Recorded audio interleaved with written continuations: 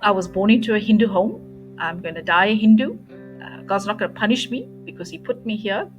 My dad's the head of the home, and this is his belief system, Hinduism. Then I'm going to practice it like the way my dad does and my forefathers. And then my tummy started to churn, and it started to churn and like almost like happy bubbles or something, and it started to come up all the way up from my belly, up into my chest, up into my throat, and out of my mouth. And I'm saying, Jesus, Jesus, Jesus. Hi, everyone. My name is Sharon. I am from South Africa.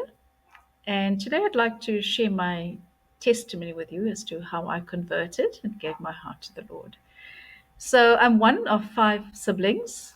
My dad was a Hindu. My mom was Catholic. And so we did perform the Hindu rituals. But I was also permitted, to attend Catholic school or Sunday school with my cousins. And it's probably because I had nothing to do on a Sunday, so off I trotted with them, and so that was around, I think, the age of between 6 to 10 years old. Around the age of about 16 years old, my parents decided that I should go live with my uncle. My uncle was a very devout Hindu, and so I also practiced, all the Hindu rituals.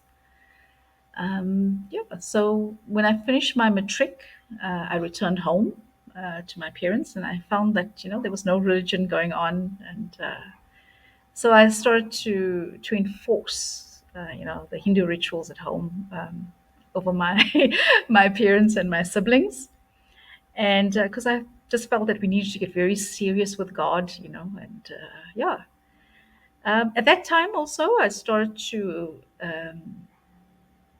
attend the Hindu temples. I stayed over at the ashram. At that time, I also hadn't realized that my mum was a secret believer. She had a little Bible at home. She was secretly praying. So when I used to find that Bible, I always used to take it and throw it over the fence into a sort of vacant field. But after a few days, I'd find the Bible back at home. I'd take it and throw it out again over the field, and a few days later, it's back home again, and and that continued. And my mom used to invite some pastors, to come home and chat to the family.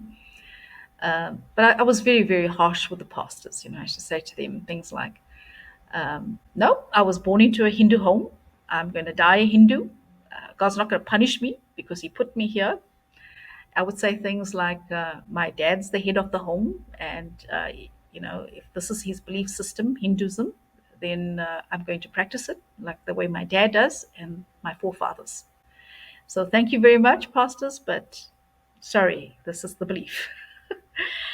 And it went on like that for a little while, and then I think between the age of 21, 18 to 21, when I entered the world of work, with a whole lot of diverse people from different belief systems and religions, etc. And some would tell me, "Hey, Sharon, explore our religion, explore Christianity or Buddhism, and other religions, Muslim, and I would listen, but I would have no comment because I was very steadfast. That I knew I'm a Hindu, and thank you, I'm listening, but this is who I am. So very, very hard with that. But as I continued, visiting the ashrams and hearing, I still had doubts. I still had questions, more questions than anything else. But I was faithful, and I continued in the belief until I think the turning point came when my aunts visited home, my Hindu aunts, and they started arguing about Hinduism. One would say, "No, no, no, no, you don't do the ritual this way. You got to do it that way," and it was like, really, what's this confusion? Like it's too much. So when they had left, my head was pounding. It was a lot of noise. Things started to flash back in my visits, to the church, my visits to the temples, my aunties, my colleagues, all this noise that was just going on in my head, kind of thing. So I went into my bedroom. That's when my aunt had left, and I knelt down by my bedside, and I said this prayer: I said, God, I'm calling you God because I really, really don't know who you are. Some are saying you are this and some are saying you are that. And the truth is, I don't know who you are. But one thing I do know, God, is that when I die, I don't want to go to hell. So you, God, you tell me who you are because I really, really don't know. And it was a very, very sincere prayer, because I really didn't know. And I didn't want to make presumptions and, have nothing of that sort. But I just sat there, for some odd reason, I just sat there after I had prayed this prayer. And then suddenly, with my eyes closed, my eyes opened, and I don't know how to explain this, but I could see, but my eyes was closed. And I saw this sort of black cloud or fog or mist. I don't know how to explain it, but I know it was something black that vaporized, and I could see it, just evaporating.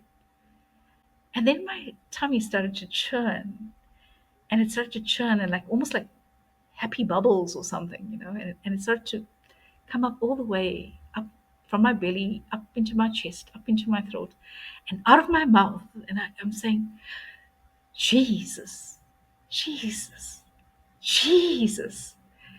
And the more I'm saying it, like I'm dancing, internally. I'm light, I'm joyful, I'm like free. I have no words to express it. And I said to myself, hey, something's happening here.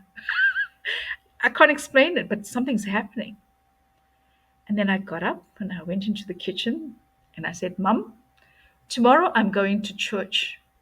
And she said, nothing. She was cooking. But all I see is a spoon, just moving and moving and moving in the pot, but not a word. So it must have been a Saturday because the next day I got up and I went to church. But in the first few weeks, there were some challenges. There was a fallout between some Christian members. There were some questions as to had I done the right thing, because I looked at the people and I was a bit confused. But during the course of that week, whilst I was so much in turmoil and questioning myself as to, is this the right thing? Did I make the right choice? I heard this in my being, in my mind, and was very strong and prominent.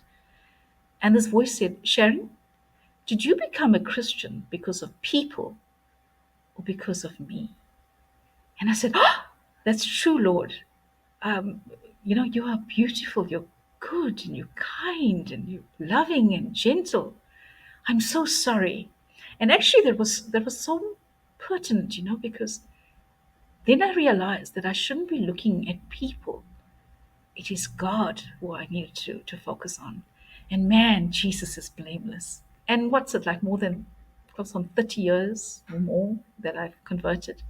And if you ever ask me what is the highlight of my life, and so many things have happened, marriage and children and family and friends and things, but I always go back on that day, and that was the highlight of my life. So how's things been since? Has it changed and now I'm suddenly floating on cloud nine? No, that's a lie. I still have my challenges. I still confront issues in life. I still experience, pain and joy and valleys and mountains and all kinds of things. But I have peace, that's I can't explain. I have this assurance that everything's going to be all right. I have God on my side.